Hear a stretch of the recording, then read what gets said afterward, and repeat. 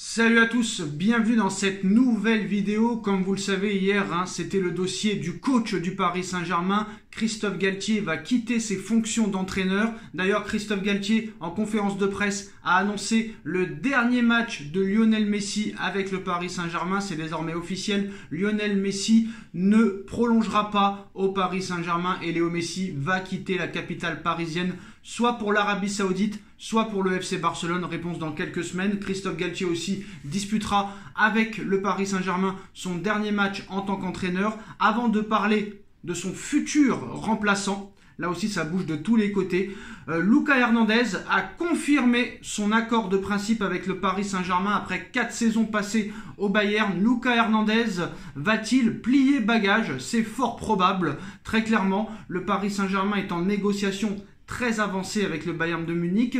L'international tricolore privilégie d'ailleurs la piste parisienne malgré le forcing des dirigeants bavarois pour le faire rester et prolonger un contrat s'achevant à l'été 2024. Mais Kicker annonce ce matin dans ses colonnes qu'Hernandez ne veut définitivement pas prolongé au Bayern de Munich et qu'il a confié à ses coéquipiers qu'il avait un accord de principe avec le Paris Saint-Germain. Quoi qu'il en soit, le Bayern de Munich a pris la décision de le vendre. Sachant que Lucas Hernandez est blessé depuis plus de 6 mois, est-ce que c'est une bonne solution pour le Paris Saint-Germain de dépenser plus de 60 millions d'euros pour un joueur qui se blesse 6 mois sur 12? Inévitablement, non. Pour moi, ce n'est pas une bonne solution, très clairement, de recruter Lucas Hernandez. Déjà que Skriniar va arriver, certes, gratuitement, mais on ne sait pas réellement dans quel état physique. Si tu prends encore Lucas Hernandez pour qu'il soit blessé et à l'infirmerie, à le payer 10 millions d'euros ou 12 millions d'euros par an, et avoir dépensé 60 millions d'euros pour le voir à l'infirmerie avec Marco Verratti, avec Neymar Junior, avec Renato Sanchez, ce n'est pas la peine. Autant le prendre librement l'année prochaine. Mais apparemment, le Paris Saint-Germain a d'autres pistes au niveau de la défense centrale. Le défenseur central de Benfica, Silva, les négociations aussi là aussi sont bien avancées. Mais le Benfica demande une fortune au Paris Saint-Germain, plus de 80 millions d'euros pour Silva du Benfica. Pour moi, très clairement, en plus en l'ayant vu jouer contre le Paris Saint-Germain au match aller et au match retour, pour moi ce serait beaucoup plus sûr, beaucoup plus efficace et beaucoup plus de garantie que Lucas Hernandez. Honnêtement, beaucoup plus jeune, grosse saison cette année avec le Benfica, ils ont été en quart de Ligue des Champions. Honnêtement, Silva, je préférerais Silva à Lucas Hernandez tous les jours. Pour moi, c'est le jour et la nuit et il n'y a pas photo, très clairement. Donc voilà. Alors en ce qui concerne Léo Messi, Léo Messi va disputer son dernier match sous les couleurs du Paris Saint-Germain face à Clermont. J'ai le privilège de diriger le meilleur joueur de l'histoire du football. Demain, c'est son dernier match au Parc. J'espère qu'il sera bien accueilli. Ça, c'est pas sûr. En tout cas, c'est les propos de Christophe Galtier aujourd'hui en conférence de presse. Alors, comme vous le savez, les festivités du titre de champion de France prévues ce samedi au Parc, excusez-moi, à l'issue de la rencontre face à Clermont, est bien évidemment annulée. L'heure n'est pas à la fête. C'est une semaine très difficile, comme vous le saviez.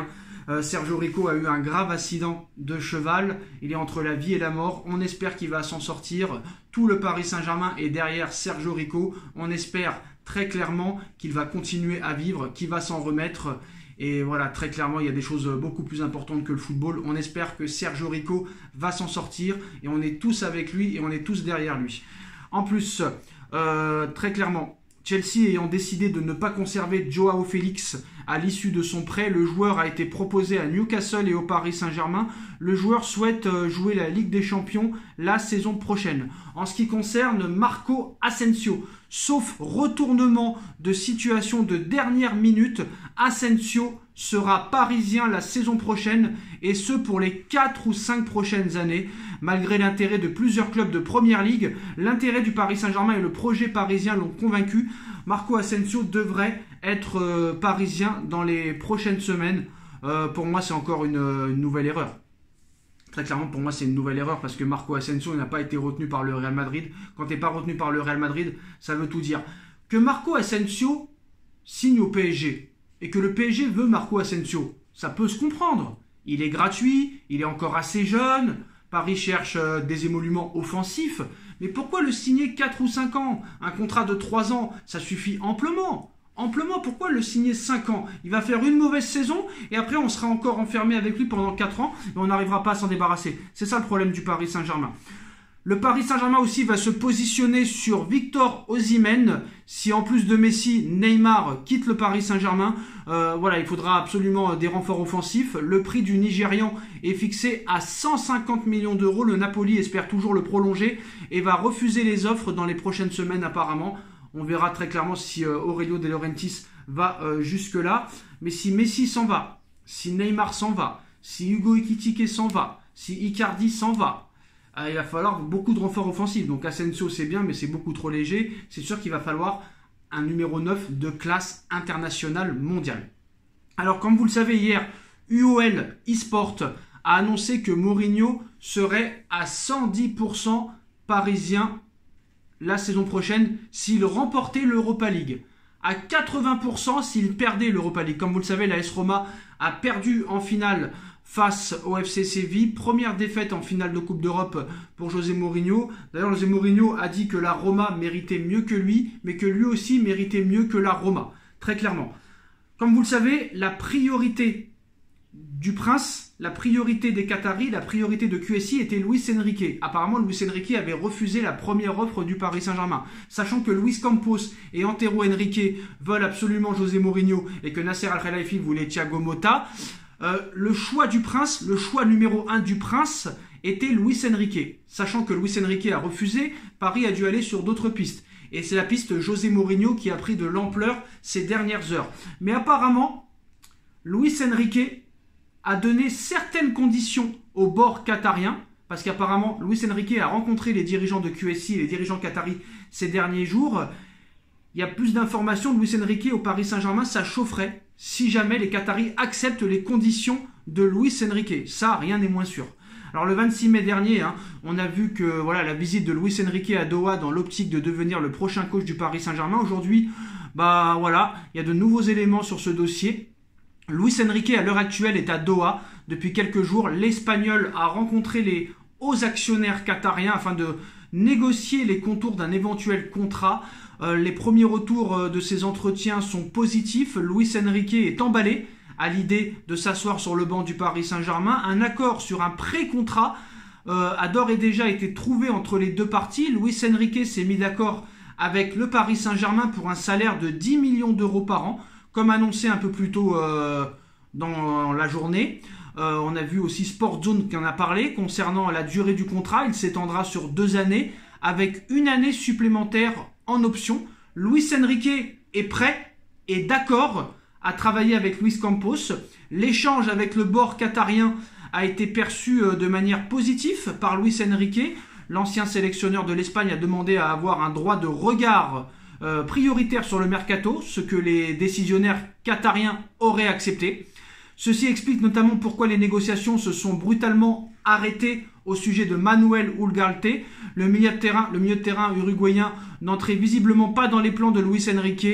Aussi, l'ancien coach du Barça a accepté l'idée de travailler aux côtés de Luis Campos. Une nomination de l'Espagnol au poste d'entraîneur ne remettrait donc a priori pas en cause l'avenir du directeur du football Luis Campos.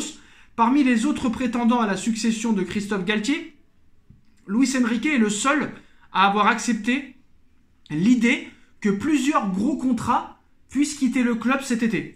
L'entraîneur espagnol ne s'opposera pas à un départ de Léo Messi, de Neymar et de Marco Verratti, alors qu'un point sur lequel Thiago Motta n'était pas du tout d'accord. Par exemple, contacté par le Qatar, l'actuel entraîneur de Bologne souhaitait lui conserver Lionel Messi et conserver Neymar et conserver Marco Verratti. Donc ça, c'est une bonne chose que le PSG a refusé de prendre Thiago Motta. Et ça, c'est une bonne chose que Luis Enrique, malgré qu'il ait eu Messi dans son vestiaire au Barça, qu'il ait eu Neymar dans son vestiaire, il n'est pas du tout contre l'idée que ces joueurs quittent le Paris Saint-Germain. Ça, c'est une première bonne chose. Alors, récemment, des rumeurs sont sorties au sujet d'un intérêt du Napoli pour Luis Enrique. Voilà. Alors, l'existence de contact entre les deux parties ces derniers jours, l'entraîneur espagnol a signifié à De Laurentiis, c'est-à-dire que Luis Enrique a dit à De Laurentiis qu'il avait déjà un accord avec un autre club, sans lui indiquer directement qu'il s'agissait du Paris Saint-Germain. Tout semble prêt donc pour que Luis Enrique devienne donc le prochain coach du Paris Saint-Germain. Christophe Galtier a d'ores et déjà été averti qu'il serait démis de ses fonctions lundi prochain. Il vivra donc son dernier match en tant qu'entraîneur du club du Paris Saint-Germain ce samedi face à Clermont à l'issue de la dernière rencontre de la saison. Donc tout va s'accélérer très rapidement dans les rangs parisiens à partir de la semaine prochaine. Donc le choix est Luis Enrique.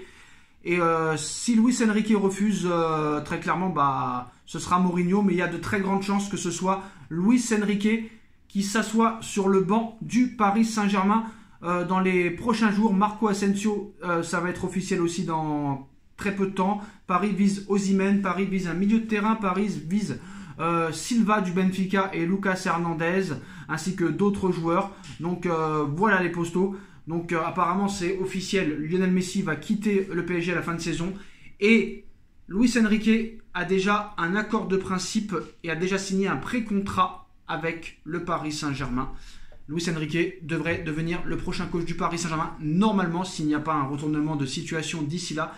Après, le problème, c'est que les promesses n'engagent que ceux qui y croient. Donc moi, je serais Luis Enrique, j'écrirais sur le papier la garantie d'avoir toutes ces promesses. Parce que rappelez-vous, Mbappé, il a cru tous les dirigeants et les dirigeants se sont foutus de lui. Voilà les postos, c'est la fin de cette vidéo. Dites-moi en commentaire ce que vous en pensez. On like, on partage, on commente, on s'abonne et on se retrouve très vite pour une nouvelle vidéo. Tchuss.